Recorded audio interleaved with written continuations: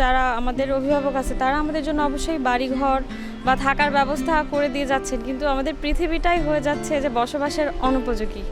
আমাদের থেকে যাদের গাছ নেয় তাদের প্রতিবন্ধকতা বর্তমানে সবচেয়ে বেশি। সবারই একটাই কমপ্লেন যে বেশিরভাগই ভাড়া বাসা, তো তো বাড়িওয়ালারা হয়তো ছাদে বা বারান্দায় গাছ রাখতে দিতে চান না। মানে গাছ রাখলে ধরেন একটু ময়লা পড়বে, পানি পড়বে, আর একজন ডিস্টার্ব মনে করে। এটা কিন্তু সামান্য, খুব সামান্য, হয়তো সবার ক্ষেত্রে এত ডিস্টার্ব না।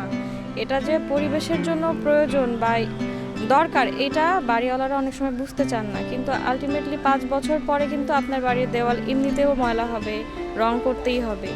তো এটা আসলে অনেক মেজর ইস্যু না। সেক্ষেত্রে আপনি চাইলে ডোনেশনটা ভাড়াটিয়ার কাছ থেকেও নিতে পারেন, কিন্তু গাছ লাগানোর সুযোগটা বাড়িওয়ালারা যদি দেন তাহলে হয়তো সামনে আপনার অন্যান্য যারা এখন বাগান করতে পারছেন না তারাও উদ্বুদ্ধ হবেন, বা বাড়িওয়ালাদেরও উচিত বলা যে আপনারা বারান্দাটা ফাঁকাই আছে, একটু গাছ লাগান। বা গাছ খুব বেশি এত দামি দামি গাছ তো সবসময় লাগানোর প্রয়োজন নেই।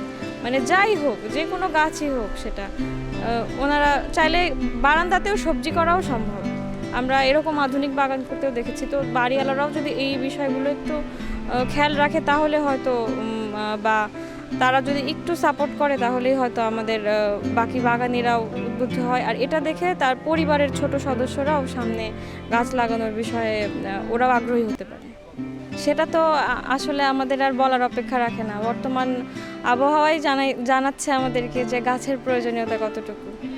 তো ইনশাল্লাহ সামনে আমরা সবাই যদি উদ্যোগ নিয়ে গাছ লাগাই তাহলেই এটা সম্ভব যে নতুন একটা পৃথিবী গড়ে তুলতে হলে অবশ্যই আমাদের গাছ লাগাতে হবে পর্যাপ্ত। মানে বর্তমানে অবস্থাটা এমন পর্যায়ে চলে গেছে যে আমরা সবাই এত প্রফেশনাল হয়ে গেছি যে পরিবেশের কথা আসলে আমরা কেউ চিন্তা করছি না। যখন যার যেখানে প্রয়োজন শুধু কেটেই ফেলছি, কিন্তু গাছ লাগানোর যে প্রয়োজন বা জায়গা প্রয়োজন এগুলোর কথা আসলে আমাদের মাথায়ই নেই। ভাড়া বাসা হলে ছাদেও জায়গা পাচ্ছে না। তো এভাবেই বাগানিরা যারা গাছপ্রেমী মূলত তারা অনেক কষ্ট করেই বাগান করে যাচ্ছে বা করার চেষ্টা করছে। এরকম উদ্যোগ যদি সবাই নেয় বা সরকারি সহযোগিতা থাকে তাহলে ইনশাল্লাহ সামনে অনেক বাগান করা, আবার নতুন করে বাগান করা সম্ভব, সেটা একদম আধুনিক পদ্ধতি।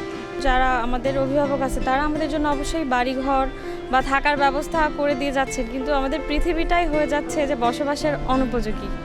এটা অবশ্যই সবারই মাথায় রাখা উচিত যে বেঁচে থাকতে আসলে শুধুই বাসস্থানই প্রয়োজন, ব্যাপারটা এমন না।